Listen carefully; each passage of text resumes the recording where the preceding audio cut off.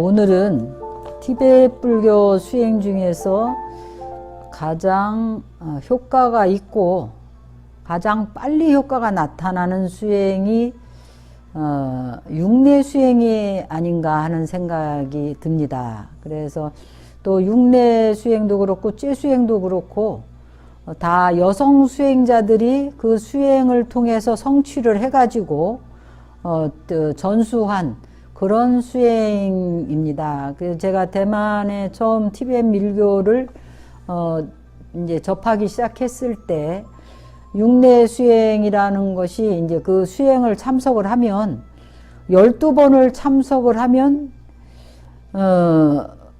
보살 초지에 오른다 뭐 이런 얘기를 듣고 우리가 수행을 처음 시작할 때 그 간절하게 수행을 빨리 성취를 해서 보살의 지위에 초지부터 십지 보살까지 이렇게 올라오고 싶은 마음이 간절하고 또 수행의 효과라는 게 어떻게 나타나는가 하는 그런 마음이 크기 때문에 그런 이야기를 들었을 때 이 수행을 꼭 좀 참석을 해봐야 되겠다 생각이 들었습니다.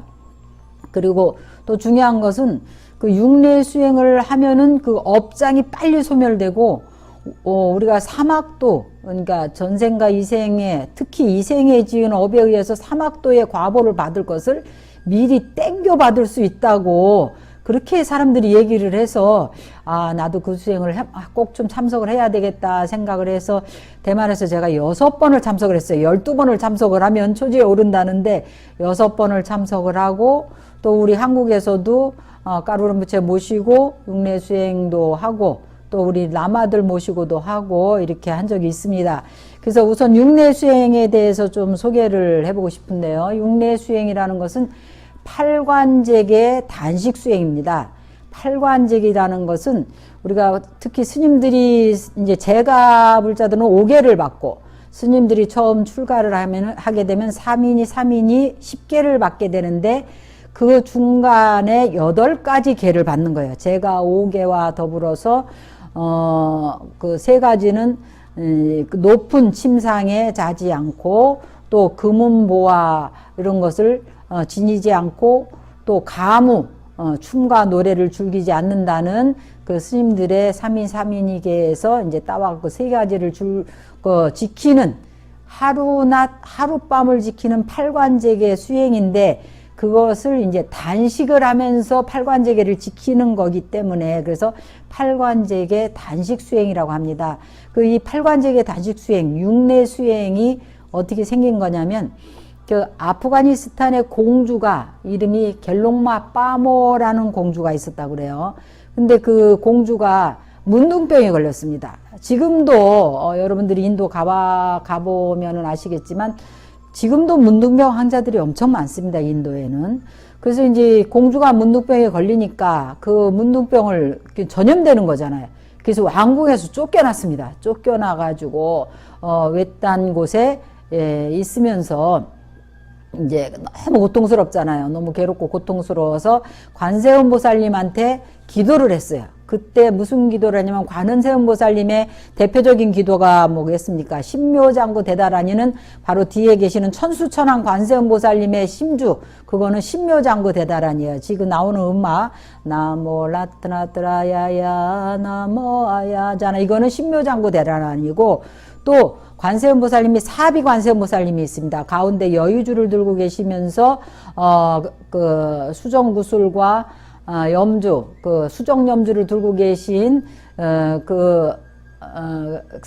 팔이 4개 있는 관세음보살님의 본주는 그 심주는 육자 대명왕 진원이라 그래서 육도 윤회에서 벗어나는 진원이라 해서 옴마니 반매움, 티벳 말로는 옴마니 반매움이라 하는데 이 2가지 수행을 하면서 관세음보살님한테 간절히 기도를 하고 있었다고 그래요. 그런데 이 기도를 몇 년간 기도를 하니까 관세음보살님이 스승님의 모습으로 이제 현신을 하신 거예요. 현신을 해가지고 팔관제계 단식 수행을 전수를 해주셨습니다. 그래서 그 수행을 가지고 몇 년간 수행을 했다고 그래요. 몇 년간 수행을 해서 결국은 문둥병이 다 낫고 더욱더 아름답고 거룩한 모습으로 변모를 했답니다. 변모를 해가지고 계속해서 수행한 결과 초지보살서부터 십지보살의 과일을 증득해가지고 결국은 출가해서 길상비군이라는 이름을 받게 되었답니다. 그래서 이 팔관제 단식 수행을 널리 전수를 하였고 점차로 이제 티베트에까지 전래되어 지금까지 내려오는 수행입니다. 그래서 이 육내 수행, 팔관제 단식 수행인 육내 수행은 일반 사람들은 물론 스님들까지도 함께 수행하는, 그래서 티베트에서는 보통 그 정월달에 많이 하더라고요. 정월 보름에. 그래서 가족들이 한 가족이 있으면 너는 아파트에 참석을 하고 나는 뒷파트에 참석을 하겠다 해서 가족이 이제 두 파트로 나눠 가지고 참석을 하는데 2박 3일간 이루어지는 수행입니다. 그래서 첫날은 내내라 그래서 팔관제계 발을 받고 5불씩만 하는 거예요. 5불씩만 하고 두 번째 날은 완전히 물도 안 먹고 밥도 안 먹고 단식을 해야 되는 완전 그 육내 수행이라 그래서 그때 이제 물도 안 먹고 밥도 안 먹고 하니까 이게 이제 물을 안 먹으면 굉장히 목이 마른데 이 팔관제계 육내 수행 안에 절하는 수행도 있고 만트라 하는 수행도 있고 이 신묘장구 대다라니 나무라트나트라야 나마야 바로기제 이것도 계속 반복하고 또 옴마니 바메음도 반복하면서 그 갤롱만 빠모한테도 절을 오체투지하고 또 그 관세 천수선원 관세음보살님을 찬탄하면서 계속 오체투지를 합니다. 그러니까 물을 안 먹으니까 우리가 800m 달리기 하고 나면 목이 막 여기가 땡기잖아요. 산소가 부족해갖고. 그런 느낌이에요. 그런 느낌이 하고 그 다음날 마지막 날 새벽 2시쯤 되면 사람들이 잠도 안 옵니다. 그때는 너무 머리가 맑기 때문에 또 묵언을 해야 돼. 묵언을 안 하고 사람들이 아이고 다들 얼굴이 이제 하얘갖고 산소가 부족해서 이제 창백해갖고 있는데 아이고 내가 죽겠어 이러면 전부 다 죽을 판이니까 그때 묵언을 해갖고 말을 못하게 돼 있거든요. 그래갖고 서로만 쳐다보고 너도 힘들지 이런 표정으로 이제 쳐다보고 오로지 이제 옴마니 밤에 옴마니 밤에 옴마니 밤에 이렇게 기도만 하는데 그래 해가지고 이 계율을 팔관제계를 지키는 것은 이제 소승의 방편이고 거기서 또 일체 중생이 다 함께 성불하기를 바라는 보리심을 일으켜서 또 천수천왕 관세음보살의 만트라와 또 관상을 하고 오체투지 절을 하는 것은 이제 금강승 수행의 대승의 방편이다라고 이야기를 합니다. 그래서 이것은 이제 그 육내 수행을 전승을 가지고 있는 림포체께한테서 직접 받고 또 그런 그 전승을 직접 받고 전수할 수 있는 남아들이나 림포체들을 모시고 하는 게 중요해요. 그래서 저도 그 육내 수행을 6번이나 참석을 했지만 여기서 남아들이 없으면은 모실 이제 할 그런 엄두를 잘 못 내는 이유 중에 하나는 육내 수행을 하다 보면 제가 아까도 얘기했죠. 사막도의 과보가 드러나는 거예요. 그러니까 그 별별 이상한 현상들이 많이 일어납니다. 개인에 따라서. 그래서, 그 힘 있는 또 전승의 맥을 갖추고 있는, 가피를 가지고 있는 림포체들이나 남아들이 계실 때 우리가 할 수 있고, 이 3일 만에 이런 수승한 그런 업장이 소멸된다든지 이생에 아주 심각한 그런 어변, 원결을 지은 그런 업이 소멸되는 효과가 나타납니다.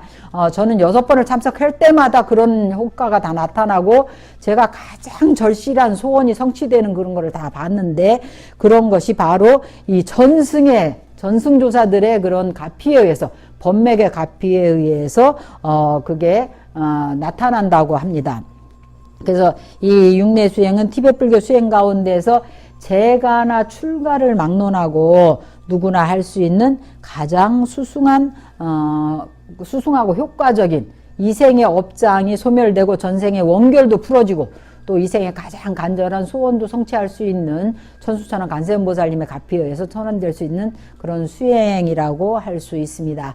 그래서 제가 6번 그 육내 수행을 대만에서 참석하고 또 한국에서도 몇 번 했는데 그 수행을 통해서 나타난 그런 가피 이야기는 다음 이야기에 하기로 하겠습니다.